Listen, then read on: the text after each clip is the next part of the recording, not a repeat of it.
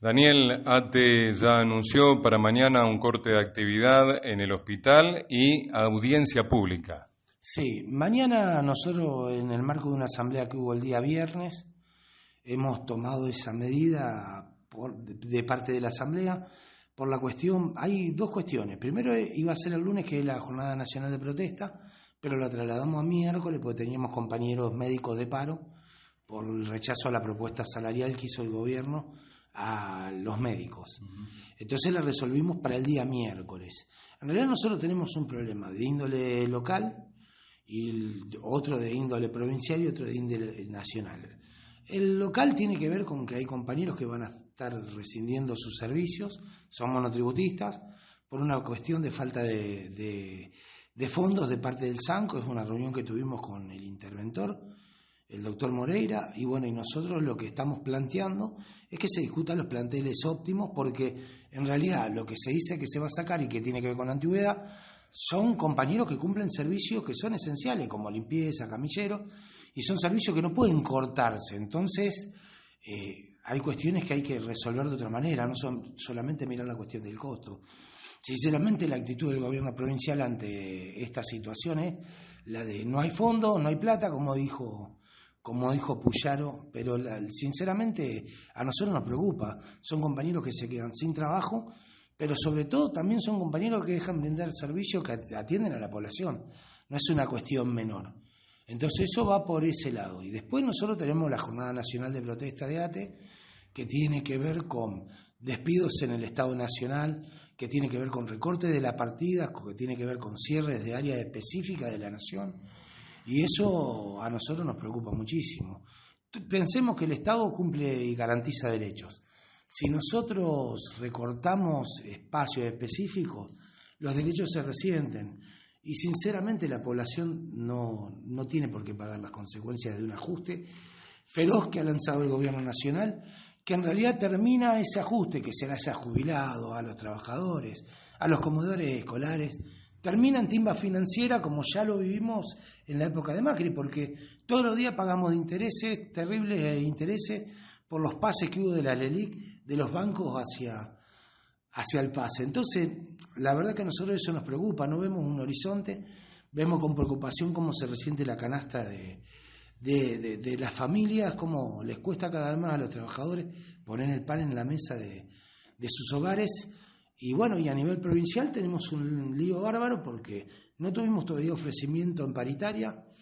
A todo esto hay que pensar que no pudimos todavía cobrar la paritaria 2023, que se acordó en julio de 2023 y que el gobierno todavía no pudo hacer efectiva, que la va a hacer efectiva en parte a principios del mes que viene, en marzo, y todavía no discutimos 2024, con una inflación garantizada del 20% que fue enero.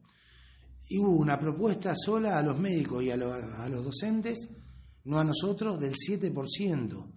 Digo, en ese marco los trabajadores públicos estamos más que preocupados. Estamos tratando de ser muy racionales con las medidas que tomamos, por eso todavía no hemos tomado medidas de fuerza directa, salvo este corte de actividad, y creemos que el conflicto va a largo plazo, pero creemos que es muy complicado en este marco poder llegar a puntos de acuerdo. Bien, esta medida, este corte de actividades, ¿va a comenzar a las 11 de la mañana? Sí, se hace una asamblea pública en la puerta del hospital, parecida a la que hicimos el viernes, pero esta vez la hacemos pública, van a participar algunos gremios hermanos, pero es un poco para que se visibilice o la población visibilice esta situación que se viene dando y que creemos que se va a agravar. Pensemos que la inflación ha seguido creciendo y el presidente había hablado de esta inflación. Nosotros creemos que este camino es el de la recesión. La recesión implica un paro muy grande de la actividad económica, pérdida de puestos de trabajo, no solo en los que no venden, sino en los que fabrican para los que no venden.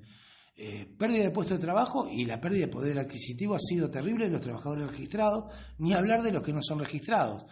Entonces, en ese contexto, es muy difícil que los conflictos no se sumen y se hagan de largo aliento. Sinceramente, nosotros vemos un año muy complejo, un horizonte muy oscuro para los trabajadores, un horizonte donde vamos a terminar hablando, como hablábamos en los 90, de por lo menos tenemos trabajo, pero no, sinceramente creemos que se puede hacer las cosas de otra manera, pero acá hay que discutir riqueza, porque si hay pobreza es porque alguien se lleva esa riqueza.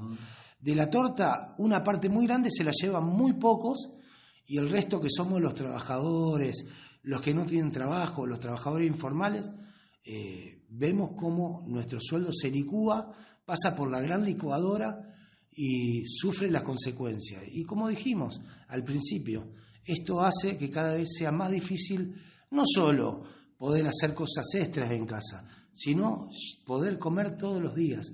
Entonces eso es lo que creemos que hay que empezar a revisar, y creo que el Estado se tiene que hacer cargo de eso, y los trabajadores estatales vamos a estar a la cabeza de conflicto en esa situación. Dani, ¿cuál es la situación de muchos empleados del hospital en la situación laboral, teniendo en cuenta que desde hace años el gremio viene reclamando el pase a planta permanente de muchos trabajadores con contrato? Sí, nosotros, bueno, imagínate en este marco, nosotros tuvimos el pase a planta de más o menos la mitad de los trabajadores que quedaban como monotributistas, algunos con contrato con la provincia, esos pasaron a planta. Hoy el Estado provincial está reviendo esos pases, lo cual también nos preocupa, porque en realidad toman la ley de contabilidad de la provincia, que establece que el gobernador no puede contratar los últimos 6 meses de gestión. Pero en realidad es una ley que se firmó en diciembre de 2022, que fue la ley del pase a planta y que iba llevando etapas. Hoy nosotros tenemos aproximadamente unos 80 compañeros que tienen que pasar a planta. Los que pasaron, que fueron aproximadamente 60, están en revisión.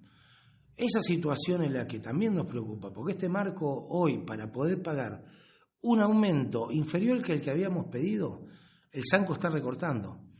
Y nosotros creemos que eso se va a agravar conforme pase el tiempo, porque ese aumento que hoy está pagando, que es inferior a lo que tendría que haber pagado, es por el 2023. Y nosotros el mes que viene tenemos que discutir 2024. Entonces, si el gobierno provincial no envía fondos, no blanquea a los trabajadores, esta situación se va a ir agravando. Y sinceramente es de años, como vos decís, Víctor. Pero siempre nosotros estuvimos a la cabeza de conflicto, porque en realidad lo mínimo que pretendíamos es que nuestros compañeros sacaran una paritaria ganando mucho menos que nosotros, porque hay que entender que un monotributista del SANCO gana aproximadamente un 50% de lo que gana un trabajador de planta, que está lejos de ser un salario ideal en salud. Pero bueno, ese trabajador monotributista hoy está en riesgo, está en un riesgo serio, y por eso salimos a advertir que esta situación es inadmisible. No lo puede pagar el costo del ajuste de los que menos tienen o los más vulnerables. Es absolutamente incomprensible, es de una falta de creatividad y de sensibilidad muy grande, y es algo que no lo podemos permitir. Por eso todos los compañeros, en solidaridad, resolvimos hacer este acto público, y seguramente seguiremos avanzando con medidas si no encontramos una solución.